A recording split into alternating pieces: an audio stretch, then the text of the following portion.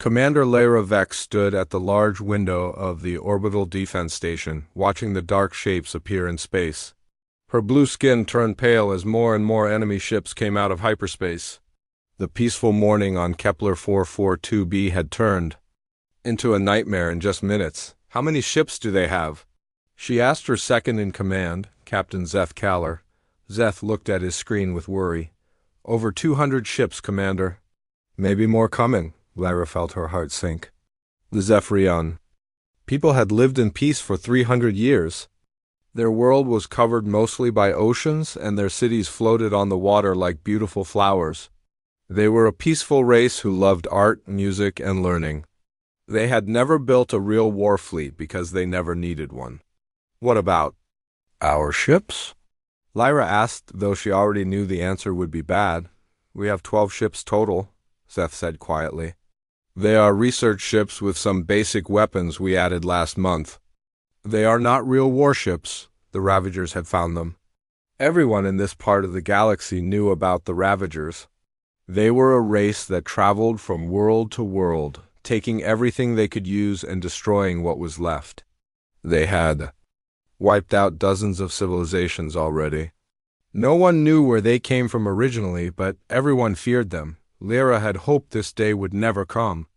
The Zephyrions had tried to stay hidden, sending no signals into deep space and keeping their energy use low. But somehow the Ravagers had found them anyway. Commander, they are sending a message, said Lieutenant Kess-Naylor from the communications station. Put it on the main screen, Lyra ordered. A large, ugly face appeared on the screen. The creature had gray skin, red eyes, and sharp teeth. This was Warlord Karn, leader of this Ravager fleet. Small blue people, Karn said with a cruel laugh. Your world has water and metals we need. You have 6 hours to evacuate your orbital stations. After that, we begin taking what we want. Do not try to fight us. It will only make your death slower. The screen went black. Lyra felt sick to her stomach. 6 hours was not enough time to evacuate everyone from the orbital stations, let alone the planet below. Commander, what are your orders? Zeth asked. Lyra thought quickly. Their 12 ships could not win against 200 Ravager warships. The Galactic Council worlds were too far away to help in time. Most of them had problems with the Ravagers. 2. There was no government or military force in this part of space strong enough to stop such a large Ravager fleet. Send word to all our ships, Lyra said. Tell them to prepare for battle. We may not win, but we will not make it easy for them. Yes, Commander, Zeth replied, but his voice showed he knew it was hopeless. Lyra walked back to the window and looked out at space. In the distance, she could see the dark shapes of Ravager ships moving closer to the planet. Their ships were big and ugly, built only for war and destruction. They looked like metal sharks in the darkness of space. On the planet below, emergency alarms were sounding in every city. Millions of Zephyrians were running to underground shelters or trying to get on evacuation ships.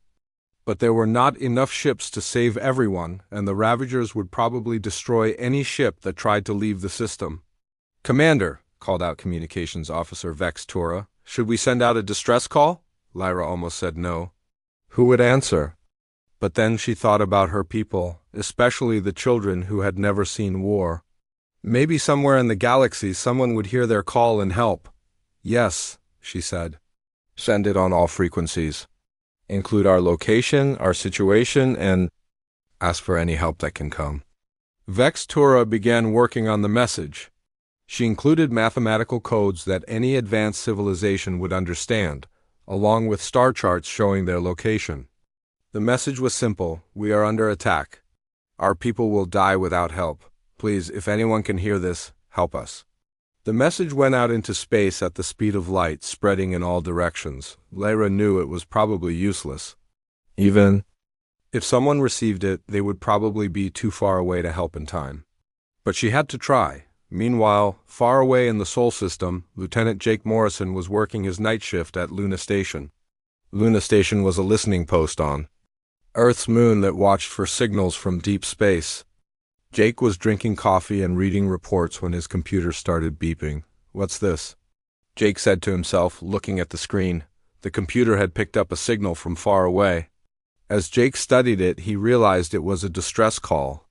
The mathematical codes were universal, and the message was clear. Someone was asking for help. Jake quickly called his supervisor, Commander Bill Hayes.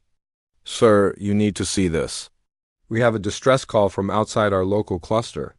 Commander Hayes came to look at the signal. "How far away?" "About 47 light years, sir." "The signal is strong, which means they used a lot of power to send it." "Any idea who sent it?" Jake shook his head. "No, sir, but the math checks out. This is definitely a call for help." Commander Hayes thought for a moment. "Send this up the chain. Mark it urgent. Someone needs to see this right away." The message traveled quickly through Earth's military command.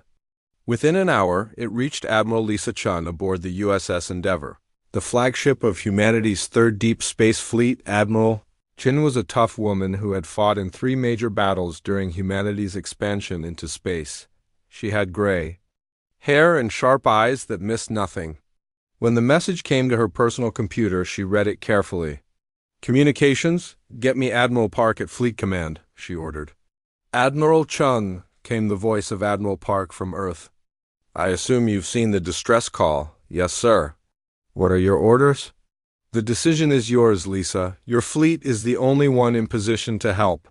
But I won't order you to risk 67 ships for strangers we've never met." Admiral Chun looked out at space, thinking. The Third Fleet was humanity's newest and strongest fleet. They had 67 ships, including 3 massive dreadnoughts and 12 heavy cruisers. Every ship was equipped with the latest weapons and shields, but Admiral Park was right about the risk. They would be jumping into unknown space to fight an enemy they knew nothing about. They could lose the entire fleet. "Admiral," Chun said finally, "someone asked for help." "That's enough for me." "I was hoping you'd say that," Admiral Park replied. "You have full authority to deploy the fleet as you see it. Good luck, Lisa." Admiral Chun turned to her bridge crew. "Communications, signal all ships in the fleet. Emergency. Deployment order, we jump in 2 hours. Destination, Admiral?" asked her navigation officer. "Kepler 442b, we're going to help some people who need it." As the crew rushed to prepare the fleet, Admiral Chun thought about the message they had received. She didn't know who these people were or what they looked like. She didn't know if they were good or evil, advanced or primitive. All she knew was that they had asked for help, and that was enough. On the other side of the galaxy, Commander Lyra watched as the first Ravager ships began moving toward the outer colonies. The attack was beginning, and she still had no word that anyone had received their distress call, but 47 light years away.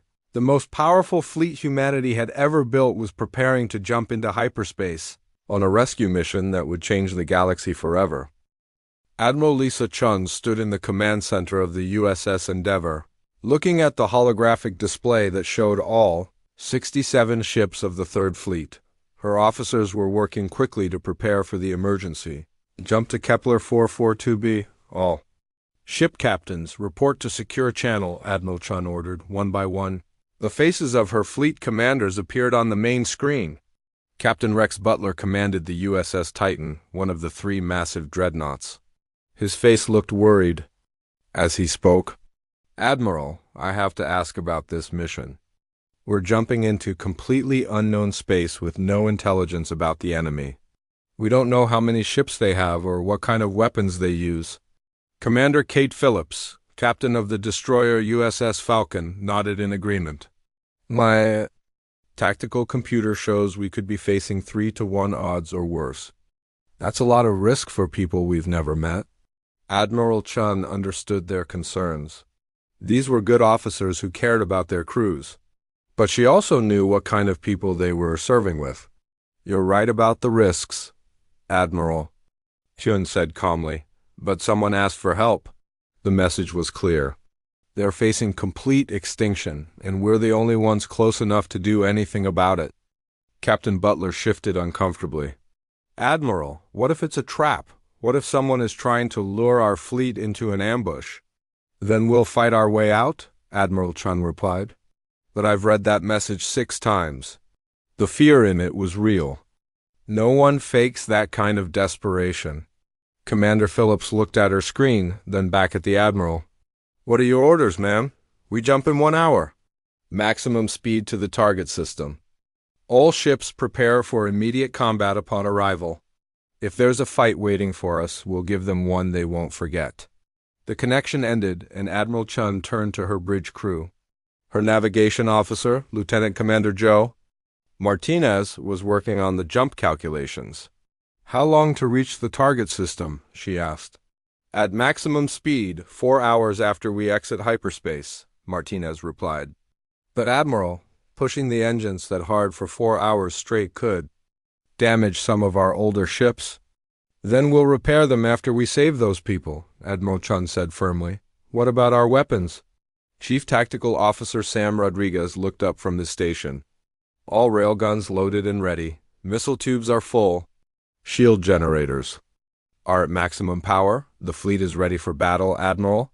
Admiral Chun nodded. The Third Fleet was equipped with the newest human weapons technology. Their railguns could fire metal slugs at incredible speeds, fast enough to punch through almost any armor. Their missiles carried powerful warheads that could destroy large ships with one hit. Communications, any update on the distress signal? Admiral Chun asked. Lieutenant Linda Walsh shook her head. No new messages, Admiral. But I'm picking up some scattered signals from that system. It sounds like the attack has already begun. Meanwhile, in the Kepler 442b system, the situation was getting worse by the minute. Commander Lyra Vex watched in horror as Ravager ships began attacking the outer colonies. Bright flashes of light marked the destruction of Zephyrian cities and ships. Status report, she called out to her bridge crew. Captain Zeth Kaller looked at his tactical display with a grim expression. We've lost contact with Colony 7 and 9. Colony 4 is under heavy attack. Their evacuation ships are being hunted down by Ravager fighters. Lyra felt sick. Colony 7 had over 2 million people. Colony 9 had 1 million more. Those people were probably dead or dying right now. What about our defense fleet? She asked. Captain Velnara's ship took heavy damage, trying to protect the evacuation convoy from Colony 4. She's falling back to our position, but her engines are failing. Lyra made a quick decision. Tell all our ships to fall back to planetary defense positions. We can't save the outer colonies, but we might be able to protect the main cities. As she gave the order, Lyra thought about the distress signal they had sent. Had anyone received it? Even if they had, would they come? And if they did come, would they arrive in time? The Ravager fleet was moving with the efficiency of a machine designed for destruction. Warlord Karn had done this many times before. His ships spread out in a perfect pattern, surrounding the planet and cutting off all escape routes. Lord Karn, reported one of his officers, the outer colonies have been destroyed. We are ready to begin Phase 2. Good, Karn replied with satisfaction. Begin attacking their orbital stations. I want those blue people to watch their defenses fall before we start on the planet itself. The Ravager ships moved closer to Kepler 442b, their weapons charging for the next phase of the attack. Each Ravager ship was built for war with thick armor and powerful energy weapons. They had destroyed dozens of civilizations using the same tactics, but 47 light-years away, something was happening that Warlord Karn could never have expected. The human fleet was preparing to make an emergency jump across space to help complete strangers. All ships report ready for hyperspace jump, reported Commander Martinez from the navigation station. Admiral Chun looked around her bridge one more time. Her crew was ready. The entire fleet was ready. In a few hours, they would either save a civilization or die trying. All ships, this is Admiral Chun. We are about to jump into battle to help people we've never met. I won't lie to you about the danger. We're probably outnumbered, and we don't know what we're flying into. But someone asked for help, and we're going to answer that call. She paused, looking at the faces of her bridge crew. These were good people, brave people who had volunteered to serve in the Deep Space Fleet. In a few hours, we'll show the galaxy what humans do when innocent people are in danger. All ships, initiate hyperspace jump on my mark. 3, 2, 1, mark. The space around the Third Fleet twisted and bent as 67 human warships disappeared into hyperspace, racing across the galaxy at speeds that broke the normal rules of physics. Inside the hyperspace tunnel, the ships of the fleet pushed their engines beyond normal limits.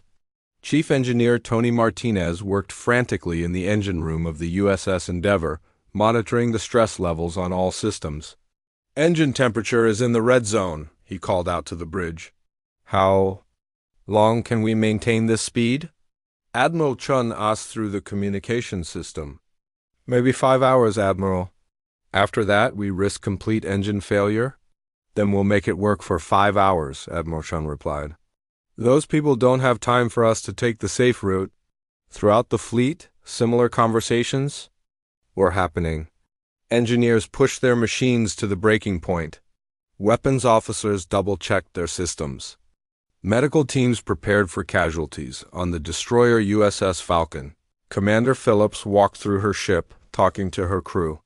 "We're going to help people who are probably very different from us," she told them. "But they're in trouble. And that's all that matters." Back in the Kepler 442b system, the battle was going from bad to worse. The Ravagers had destroyed 3 of the orbital defense stations. Commander Lyra's own station was now under direct attack. "Hull breach on deck?" "7," reported Lieutenant Kess Naylor. "Emergency teams are responding." Captain Zeth looked at his tactical screen. "Commander, we've lost 2 more ships. Captain Vell's ship just exploded trying to ram a Ravager cruiser." Lyra closed her eyes for a moment, thinking of her friend Vell and the 50 crew members who had just died. When she opened them again, her face was hard with determination. "All remaining ships fall back to the planet's atmosphere. We'll make our last stand protecting the evacuation sites." As the surviving Zephyrian ships retreated, Lyra looked out at the stars one more time. Somewhere out there, her distress signal was still traveling through space. But even if someone had heard it, even if they were coming, it might already be too late. She didn't know that at that very moment, 67 human warships were racing through hyperspace at maximum speed, their crews preparing for a battle. That would change everything. The human fleet was still 3 hours away, but they were coming. And when they arrived, the Ravagers would face something they had never encountered before: humanity's refusal to let innocent people die while they could do something about it. The space around Kepler 442b suddenly filled with bright flashes of light as 67 human warships dropped out of hyperspace. The Third Fleet had arrived, but they were still 4 hours away from the planet at maximum speed. Warlord Karn was standing on the bridge of his command ship when his sensor officer called out in alarm. "Lord Karn, we have new contacts." Many ships just appeared at the edge of the system. Karn looked at the tactical display with interest rather than worry. In all his years of conquest, he had seen this before. Sometimes other species would try to interfere with Ravager operations. They always failed. "How many ships?" he asked. 67 ships, my lord. They are moving toward us at high speed." Karn laughed, a sound like grinding metal. "Only 67. Ships against our 200? These newcomers are either very brave or very stupid, probably both." On the USS Endeavour, Admiral Chun studied the tactical display that showed the positions of all the ships in the system. The Ravager fleet was spread out around the planet, with their largest ships positioned near the orbital defense stations. "Communications. Open a channel on all frequencies," Admiral Chun ordered. Lieutenant Linda Walsh worked quickly at her station. "Channel open, Admiral. We're broadcasting on every frequency we can generate." Admiral Chun took a deep breath. This would be humanity's first contact with an alien species, and it was happening in the middle of a battle. "This is Admiral Lisa Chun of the Earth Defense Fleet," she said clearly. "Zephyrian vessels, fall back to defensive positions around your planet. Unknown hostile vessels, you will cease your attack immediately and withdraw from this system." The message went out in multiple forms. The ship's computer had been working on translating the Zephyrian language from the distress call, and it broadcast the message in their language as well. It also sent the message in mathematical codes that any advanced species should understand. On the damaged orbital station, Commander Lyra Vex heard the transmission and felt her heart leap with hope. Someone had come? Someone had actually answered their call for help. Can you reply to them? She asked her communications officer. Yes, Commander. I'm sending our translation codes so their computers can understand us. Within minutes, the two species were talking to each other directly. It was the first conversation between humans and Zephyrians, and it was happening while both were preparing for battle. Admiral Chun, this is Commander Lyra Vex of the Zephyrian Defense Force, came the translated voice through the USS Endeavour speakers. We cannot believe you came. We thought no one would help us. We heard your call, Commander. We're here to help. Can you tell us about the enemy ships? They call themselves Ravagers. They have over 200 ships. Their weapons are energy-based. Very powerful. Their armor is thick, but they might be vulnerable to kinetic weapons. Admiral Chun smiled grimly. Kinetic weapons were exactly what human ships specialized in. Thank you for the information, Commander. Pull your ships back. We'll handle this. But the conversation was interrupted by Warlord Karn's response to the human ultimatum. Instead of words, he sent a volley of plasma torpedoes racing toward the lead human ships. Incoming missiles, called out Chief Tactical Officer Sam Rodriguez. Impact in 30 seconds. All ships, evasive action, Admiral Chun ordered. Return fire with railguns. The first battle between humans and Ravagers began with a massive exchange of fire.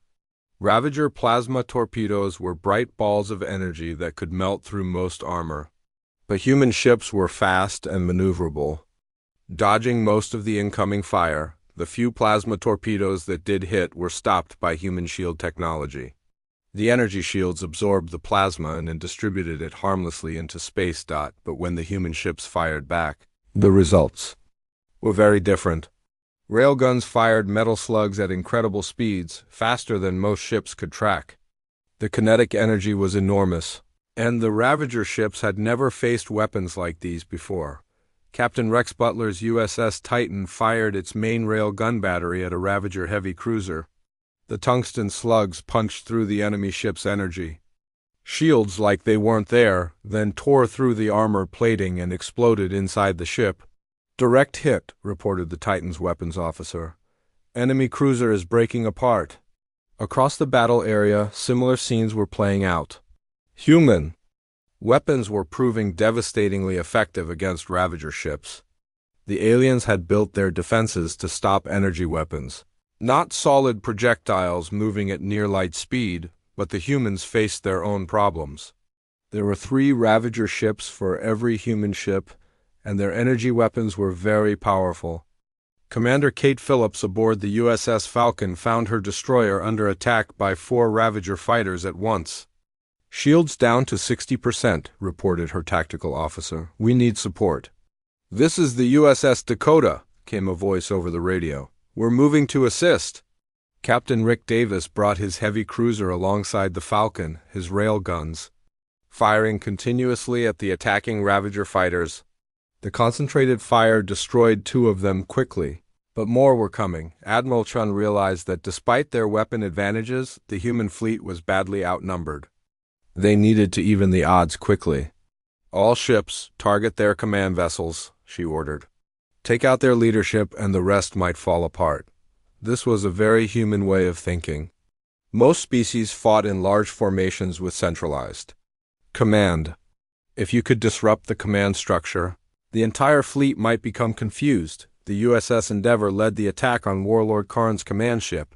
Admiral Chen's flagship was the most powerful ship in the human fleet, with experimental weapons that had never been tested in real combat. Chief Rodriguez, prepare the magnetic accelerator cannons, Admiral Chun ordered. Yes, Admiral.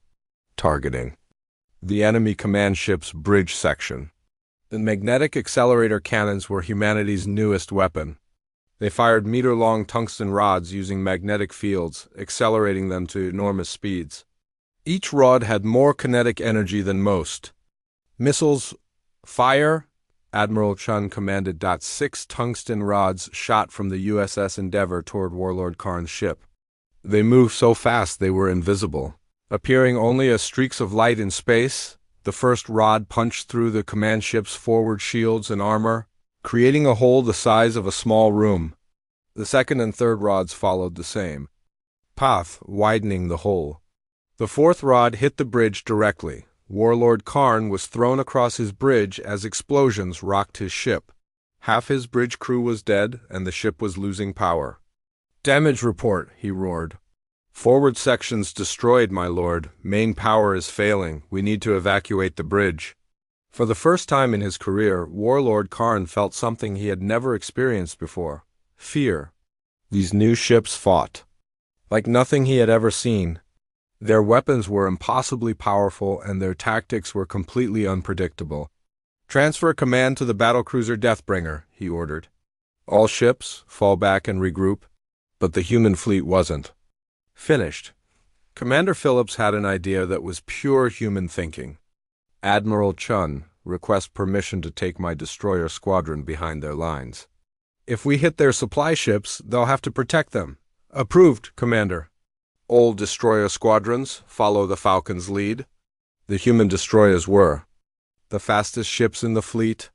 They raced around the main battle, using their speed to attack Ravager supply vessels and transports. This forced the Ravager warships to split their attention between the main human fleet and protecting their support ships. Commander Lyra watched the battle from her damaged orbital station with amazement. The human ships moved like nothing she had ever seen. They didn't fight in neat formations like most civilized species. Instead, they spread out, attacked from multiple directions, and used tactics that seemed to have no pattern. "How are they fighting like that?" asked Captain Zeth. "I don't know," Lyra replied, "but it's working." The tide of battle was turning. Human weapons were destroying Ravager ships faster than the aliens could respond. But Warlord Karn still had one advantage: numbers. "All ships, focus fire on the human flagship," he ordered from his new command ship. "Destroy their leader and the rest will fall apart." Over 50 Ravager ships turned their weapons toward the USS Endeavor. The concentrated fire was enormous. More energy than most planets used in a year. "Shields failing," reported the Endeavor's tactical officer. "We need to get out of here." But Admiral Chun had a different idea. "All ships, concentrate fire on the new Ravager command ship." "Everything we have." What happened next would be talked about for generations. Every human ship in the fleet fired at once. Railguns, missiles, and magnetic accelerator cannons all targeted the same ship. The combined firepower was incredible. Warlord Karn's second command ship lasted less than 10 seconds under the concentrated fire. When the explosions cleared, there was nothing left but debris. The Ravager fleet suddenly found itself with no central command. Individual ship captains began making their own decisions, and the careful battle formation fell apart. "This is Admiral Chen to all human ships," came the voice over the fleet communication system. "Press the attack. Don't let them regroup." The battle for Kepler 442b had reached its turning point, but the fighting was far from over. The destruction of 2 command ships had thrown the Ravager fleet into chaos, but Warlord Karn was not finished. He had survived by transferring to a massive battlecruiser called the Deathbringer. His anger at losing ships to an unknown species made him more dangerous than ever. "Bring all reserve fleets into the system," Karn ordered his communications officer. "I want every ship we have here within the hour." "My lord, that will bring our total force to over 300 ships," his tactical officer replied. "Good. These humans think they are clever. I will show them what happens when you challenge the Ravager Empire." Admiral Chun watched her tactical display as new contacts began appearing at the edge of the system. More Ravager ships were arriving, and they were bigger than the ones already fighting. "How many new ships, Chief Rodriguez?" she asked. "At least 60 more ships, Admiral. Some of them are huge. I've never seen anything that big before." Admiral Chun realized the situation was becoming desperate. Her fleet had performed well, but they had already taken damage. Several ships were running low on ammunition, and the USS Ranger had lost its main engines to a lucky Ravager hit. "Communications, get me Commander Lyra," Admiral Chun ordered, within moments. Zephyrian Commander's translated voice came through the speakers. Yes, Admiral Chun, we are ready to help however we can. Commander, I need to know everything about Ravager tactics. How do they usually fight? What are their weak points? Commander Lyra thought quickly. Her people had studied reports from other civilizations that had fought the Ravagers. They rely on overwhelming firepower and centralized command. But Admiral, their ships have a weakness. Their reactor systems are connected through vulnerable coupling points on the lower hull. If you can hit those points with precise fire, you can cause chain reactions. Can your ships target those points with your sensors? Admiral Chun asked. Yes, our sensor technology is more advanced than our weapons. We can guide your shots. Admiral Chun smiled. This was exactly the kind of cooperation that could win battles. All right, Commander, let's work together. What happened next was something neither species had ever tried before. Human ships and Zephyrian ships began working as a team. The Zephyrians used their advanced sensors to find weak points on Ravager. Ships then transmitted the targeting data to human vessels. Lieutenant Kess-Naylor aboard Commander Lyra's ship was the first to try the new tactic. She locked her sensors onto a Ravager heavy cruiser and found the reactor coupling points. USS Dakota, this is Zephyrian Sensor Station. I'm sending you targeting coordinates for optimal damage. Captain Rick Davis received the information and adjusted his railgun targeting. Zephyrian Station, coordinates received. Firing now. The USS Dakota's railguns fired with pinpoint accuracy. The tungsten slugs hit the exact spots Kess had identified. The Ravager cruiser's reactor went critical and exploded in a brilliant flash of light. Direct hit, Davis reported. That was incredible targeting assistance. Across the battlefield, similar partnerships were forming. Human weapons combined. With Zephyrian sensors proved to be devastatingly effective. The Ravagers had never faced enemies who could target their weak points so precisely, but Warlord Karn adapted quickly. He ordered his remaining ships to break into smaller groups and attack from multiple directions. This made it harder for the human Zephyrian teams to coordinate their attacks. They're changing tactics, observed Commander Kate Phillips from the USS Falcon, splitting up into Volf packs. Admiral Chun had an idea. If the Ravagers wanted to fight in small groups, the humans could do the same thing but better. All ships, break formation. Form independent task forces of 4 to 6 ships each. Use hit-and-run tactics. Strike fast and disappear. This was pure human military thinking. Instead of fighting in large formations like most civilized species, the human fleet scattered into small hunting groups. Each group had a mix of different ship types that could support each other. Captain Rex Butler took command of Task Force Alpha, consisting of his dreadnought USS Titan and 3 destroyers.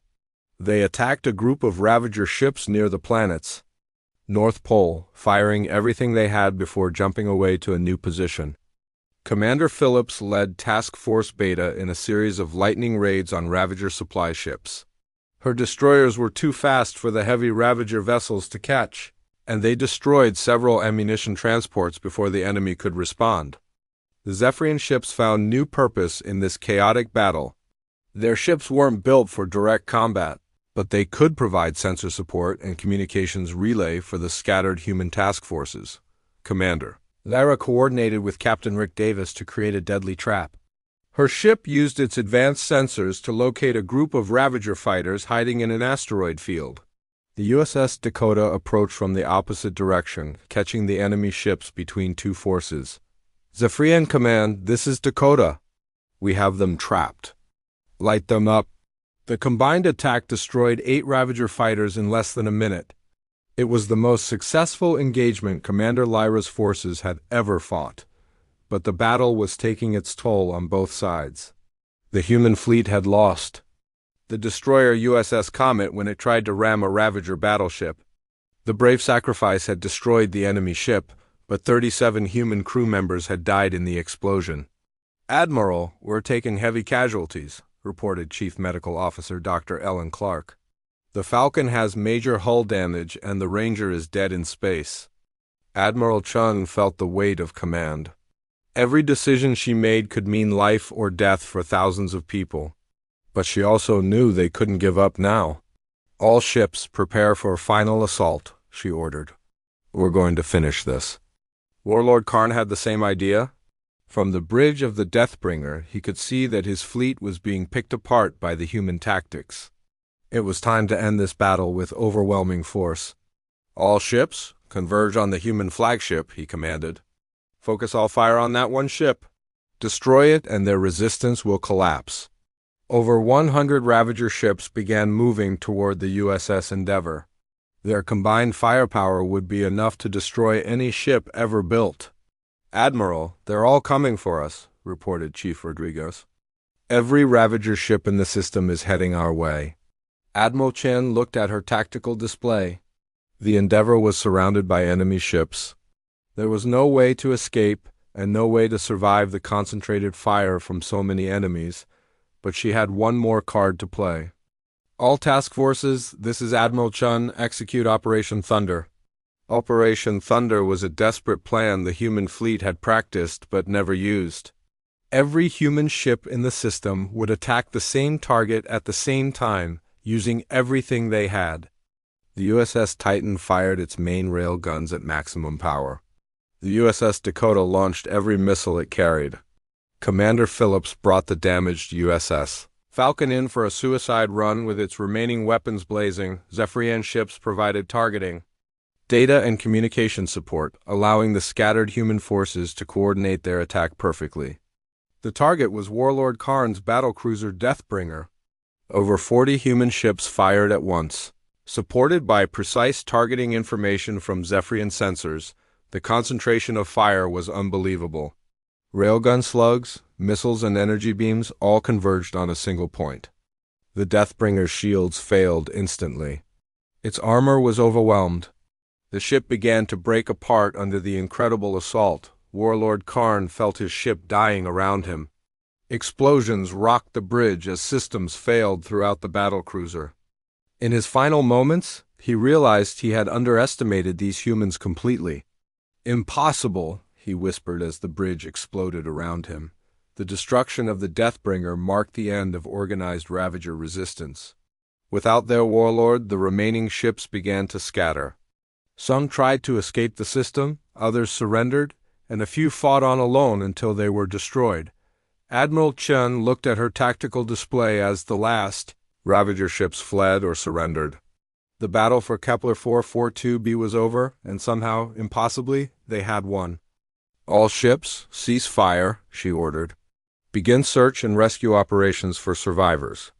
Commander Lyra watched from her damaged orbital station as human ships moved through the debris field, looking for survivors from both sides. These strange aliens had come from nowhere to save her people, and they were even helping wounded Ravagers. "Admiral Chun," she said over the communication channel, "my people owe you a debt we can never repay." "No debt necessary, Commander," Admiral Chun replied. "Someone asked for help. We just answered the call." The battle was won, but both leaders knew this was only the beginning of something much larger. 3 days after the battle, the space around Kepler 442b looked very different. Human and Zephyrian ships worked side by side, rescuing survivors from damaged vessels and clearing debris from the orbital paths around the planet. Admiral Lisa Chun stood in the shuttle bay of the USS Endeavour, waiting for a very important meeting. Commander Lyra Vex was coming aboard the human flagship for the first face-to-face meeting between their species. The shuttle that docked was unlike anything the humans had ever seen. It was smooth and curved, looking more like a work of art than a military vehicle. When the airlock opened, Commander Lyra stepped through, followed by 2 of her officers. Admiral Chun had seen pictures of Zephyrians, but meeting one in person was still amazing. Lyra was tall and graceful, with blue skin that seemed to shimmer in the light. Her large eyes were kind, but showed the intelligence of someone who had survived a terrible battle. "Admiral Chun," Lyra said through the translation device she wore, "thank you for allowing me to visit your ship." "The honor is ours, Commander." "Welcome aboard the USS Endeavour." Admiral Chen led the Zephyrian delegation through the ship's corridors. Lyra and her officers looked at everything with great interest. Human technology was very different from their own, but they could see how effective it was. "Your weapons are incredible," observed Captain Zeth Kaller, Lyra's second in command. "We have never seen kinetic projectiles used so effectively in space combat." "Your sensor technology is what made the difference," Admiral Chun replied. "Without your targeting assistance, we never could have hit those weak points so precisely." They entered the main conference room, where several other human officers were waiting. Chief Engineer Tony Martinez had been working with Zephyrian technicians for the past 2 days, trying to understand how their biotechnology worked. "Commander Lyra," Martinez said with excitement, "your people's ability to grow living computers is amazing. We've never seen anything like it." Lyra smiled, the first time Admiral Chun had seen her do so. "And your manufacturing techniques are incredible to us. You can build such complex machines so quickly." As the two groups talked, it became clear that they had much to learn from each other. Human technology was based on metal and electronics, while Zephyrian technology used living organisms and biological processes. Together they could create things neither species could build alone, but the pleasant conversation was interrupted by urgent news. Lieutenant Linda Walsh hurried into the conference room with a worried expression. "Admiral, we're receiving long-range sensor data from our scout ships. There are more Ravager fleets approaching the system from 3 different directions." Admiral Chun felt her heart sink. They had won one battle, but the war was far from over. "How many ships?" "At least 400 ships total, Admiral. They'll be here in less than a week." Commander Lyra looked pale. 400 ships? We barely survived against 200. Admiral Chun studied the tactical data on the conference room screen. 3 separate Ravager fleets were converging on Kepler 442b. Even with the combined human and Zephyrian forces, they would be badly outnumbered. "We need more help," Admiral Chun said quietly. "Commander, are there other civilizations in this region that might join us?" Lyra thought for a moment. "There are several species within 50 light-years of here, but most of them are afraid to fight the Ravagers. They think it's safer to hide and hope the Ravagers pass them by." "That strategy doesn't work," Captain Rex Butler said from across the table. The Ravagers will find them eventually. "Better to fight together than die separately." Commander Lyra nodded slowly. "You're right, but how do we convince them?" Admiral Chun had an idea. "We show them that the Ravagers can be beaten. We need to create a coalition of species willing to fight together."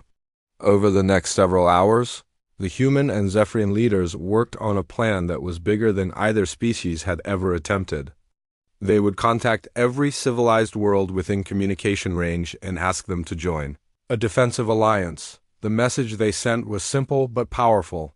"The Ravagers can be defeated, but only if we work together. Join us and we will show you how to protect your people." While they waited for responses, the two species began sharing technology and tactics. Chief Engineer Martinez worked with Zephyrian biotechnician Veltana to install Zephyrian sensor systems on human ships. The combination of human weapons and Zephyrian sensors had proved deadly to Ravager forces.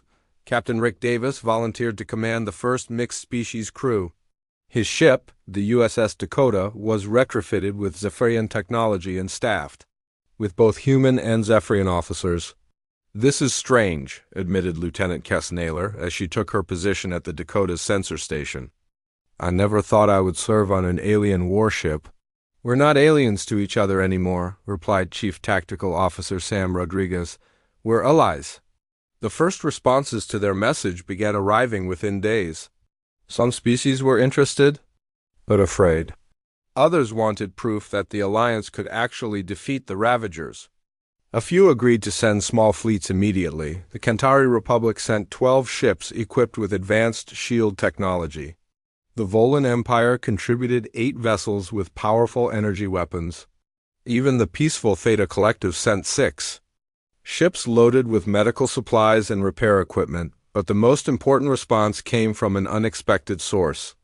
The Corvan Hegemony, a military-focused species that had fought the Ravagers before, sent a battle fleet of 30 ships under the command of General Torvash. We have been waiting for someone to organize real resistance to the Ravagers, General Vash said during his first meeting with Admiral Chun and Commander Lyra. Your victory here proves it can be done. As more ships arrived, the combined fleet grew to over 100 vessels from 6 different species. But they all had different technologies, tactics, and command structures. Making them work together would be a huge challenge. Admiral Chun called a meeting of all the species representatives. The conference room of the USS Endeavour was crowded, with beings of different shapes, sizes, and colors. Some breathed oxygen like humans, others required special atmosphere suits. We have a week before the Ravager fleets arrive, Admiral Chun began. That's not much time to turn 6 different military forces into one effective fighting unit. The humans and Zephyrians have already shown it can work, said General Vash. We must learn from their example, Commander Lyra stepped forward. Each of our species has unique strengths. Humans have the most effective weapons. Zephyrians have the best sensors. Kantari shields are stronger than anything we've seen. Volan energy weapons can punch through heavy armor. If we can combine all these advantages, Admiral Chun continued, we'll have something the Ravagers have never faced before, a truly integrated multi-species fleet. The week that followed was intense. Ship crews worked around the clock to integrate different technologies. Human engineers learned how to maintain Kantari shield generators. Zephyrian technicians figured out how to interface their sensors with Volan weapon systems. Language barriers were overcome using advanced translation computers. Cultural differences were set aside in the face of the common threat. Slowly, the diverse fleet began to work as one unit. Captain Phillips took command of a mixed squadron consisting of human destroyers, Zephyrian sensor ships, and Kantari escort vessels. During training exercises, they learned to coordinate their different capabilities into devastating attack patterns. It's working, Phillips reported to Admiral Chun. The combination of our speed, their sensors, and Kantari shields makes us nearly unstoppable in small unit actions. 3 days before the Ravager fleets were due to arrive, Admiral Chun received a message that changed everything. It was from Earth, transmitted by the fastest courier ship in the human fleet. Admiral Chun, this is Admiral Park at Fleet Command. Word of your victory and the new alliance has reached Earth. The President has authorized the deployment of the first and second deep space fleets to support your operations. They should arrive within 10 days. Admiral Chun smiled as she shared the news with her allies. Humanity was sending 2 more complete fleets, over 120 additional ships with the most advanced weapons and technology Earth could produce, but Commander Lyra had even better news. Admiral, I've received word from the Zephyrian High Council. They're mobilizing our entire defense force. 40 ships will arrive before the battle, with engineering crews to help upgrade all our vessels. As the combined fleet prepared for the approaching battle, something remarkable was happening. The different species weren't just working together. Anymore, they were becoming friends. Human and Zephyrian children on the planet below played together in the rebuilt cities. Officers from different species shared meals and stories aboard their ships. On the final day before the battle, Admiral Chun and Commander Lyra stood together on the observation deck of the USS Endeavour, looking out at the incredible sight before them. Over 100 ships from 6 different worlds hung in space, ready to defend innocent people from those who would destroy them. A week ago, our species had never met, Lyra said quietly. Now we're about to fight side by side against impossible odds. That's what good people do, Admiral Chun replied. They help each other when it matters most.